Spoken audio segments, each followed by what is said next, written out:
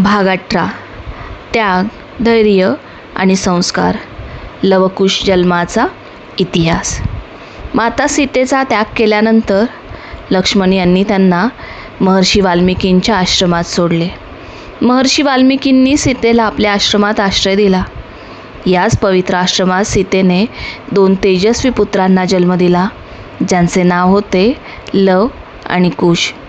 आश्रमाच्या शांत आणि सात्विक वातावरणात या दोन्ही बालकांचे संगोपन झाले. महर्षी वाल्मिकींनी त्यांना केवळ शास्त्रविद्या शिकवली नाही, तर धनुर्विद्या आणि युद्धकलेतही निपुण केले. सर्वात महत्त्वाचे म्हणजे वाल्मिकी ऋषींनी लिहिलेले रामायण लव आणि कुश यांनी पूर्णपणे आत्मसात केले होते. ते दोघे जेव्हा वीणा वाजवून रामायणाचे गायन करत, तेव्हा पशुपक्षीसुद्धा मंत्रमुग्ध होत असत.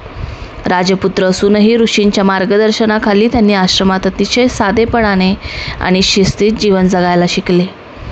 या कथेतून आपल्याला शिकवण मिळते, परिस्थिती कितीही कठीण असली तरी योग्य मार्गदर्शन आणि उत्तम संस्कारांच्या जोरावर माणूस शून्यातून विश्व निर्माण करू शकतो.